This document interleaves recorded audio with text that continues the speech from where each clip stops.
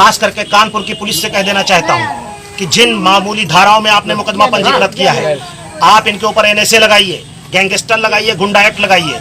अगर आप ये नहीं लगाते हैं तो ये लड़ाई और लंबी जाएगी और लखनऊ के अंदर विधानसभा तक इस लड़ाई को लड़ा जाएगा। मैं पहले ये कह देना चाहता हूँ कानपुर के प्रशासन से भी कि आप इन पर एनएसए और गुंडा एक्ट लगाइए।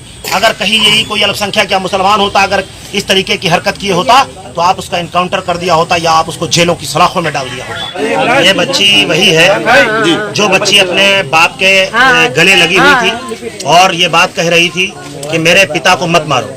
ये मासूम बच्ची की चीखें पूरे भारत ने सुनी है। मैं ये कहना चाहता हूँ पूरे भारत के लोगों से, खास करके हिंदू भाइयों से कहना चाहता हूँ कि मर्यादा पुरुषोत्तम राम का नाम मर्यादा का नाम है, इसको दंगे से मत जोड़िए। इस श्री राम का नाम जो पूजनीय है आपके लिए, आप ऐसा नाम को बदनाम मत करिए कि कल कोई बच्ची नाम राम का सुन करके दहशत में आ जाए।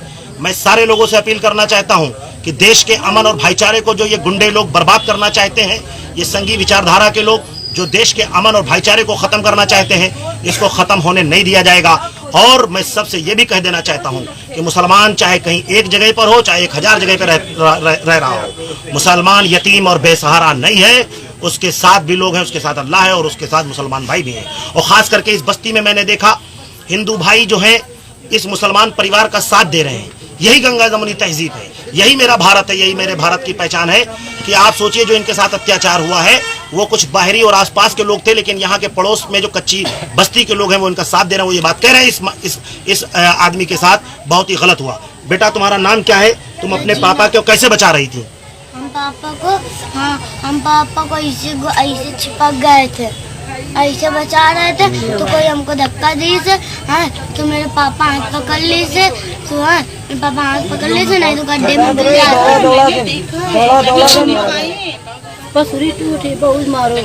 आप भी बिल्कुल परेशान ना होइए, मैं दिल से कह रहा हूँ आपसे, दिल से। चाचा आप सब लोग हमारे भाई की तरीके से हैं और आप बिल्कुल बेसहारा और यतीम नहीं हैं। और जो लोग हमारे मुसलमान भाई को यतीम समझना चाहते हैं वो इस भूल में मत रहें। सब्र का बांध मत तोड़ें, सब्र का बांध मत तोड़ें। सब्र एक लिमिट होती है, सब्र की एक लिमिट होती है। बिल्कुल आप परेशान ना होइए, पूरा साथ आपके साथ इंसाफ होगा।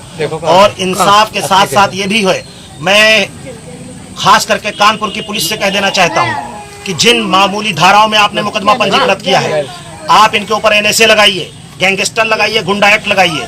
अगर आप ये नहीं लगाते हैं तो ये लड़ाई और लंबी जाएगी और लखनऊ के अंदर विधानसभा तक इस लड़ाई को लड़ा जाएगा। मैं पहले ये कह देना चाहता हूँ कानपुर के प्रशासन से भी कि आप इन पर एनएसए और गुंडा एक्ट लगाइए। अगर कहीं यही कोई अल्पसंख्यक या मुसलमान होता, अगर इस तरीके की हरकत किए होता तो आप उसका इनकाउंटर कर दिया होता या आप उसको जेलों की सलाखों में डाल दिया होता। तो आप इंसाफ करिए, मैं चाहता हूँ इंसाफ करिए। सब्र का बांध टूट रहा है, इस बांध को टूटने मत दीजिए।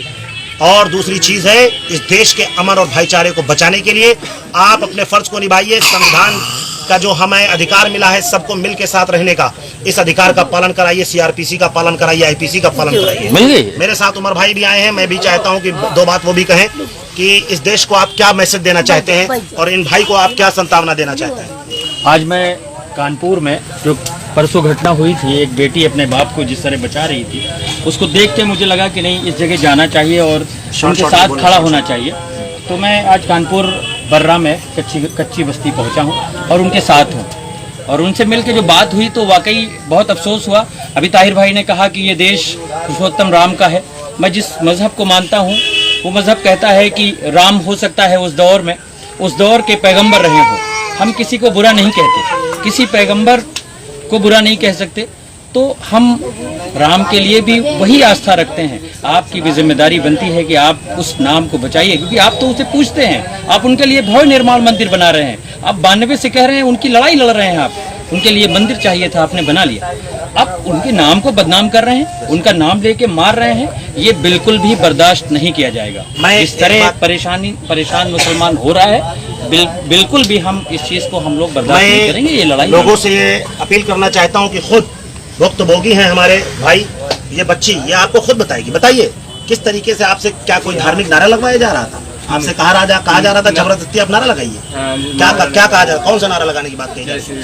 तो आपने अगर मना किया इस बात के लिए तो क्या आपको मना नहीं किया, हम भाई मारने लगे तो हम लोग जय श्री राम बोलते हुए चले तब पर भी मारा। ये देश है, ये देश है, ये देश है, इसको भारत कहते क्या हो। श्री राम दंगाई थे? नहीं, मर्यादा पुरुषोत्तम नाम है उनका।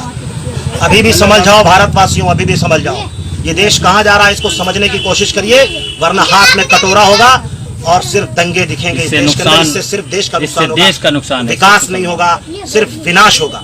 ये बच्ची क्या राम का नाम लेकर के दहशत में आएगी कि नहीं आएगी, ये समझना पड़ेगा देशवासियों, आप समझना पड़ेगा। खास करके मैं हिंदू भाइयों से ये कहना चाहता हूँ, जो ये देश के अमन भाईचारे को खत्म करना चाहते हैं, इनको रोकिए, इनको पकड़िए और इनको पकड़ करके इनको पर से गुंडा एक्ट लगवाइए। अगर आप ऐसा नहीं करते हैं तो आप आने वाली अपनी जनरेशन के साथ धोखा कर रहे हैं। यही मैं सबको पैगाम देना चाहता हूँ।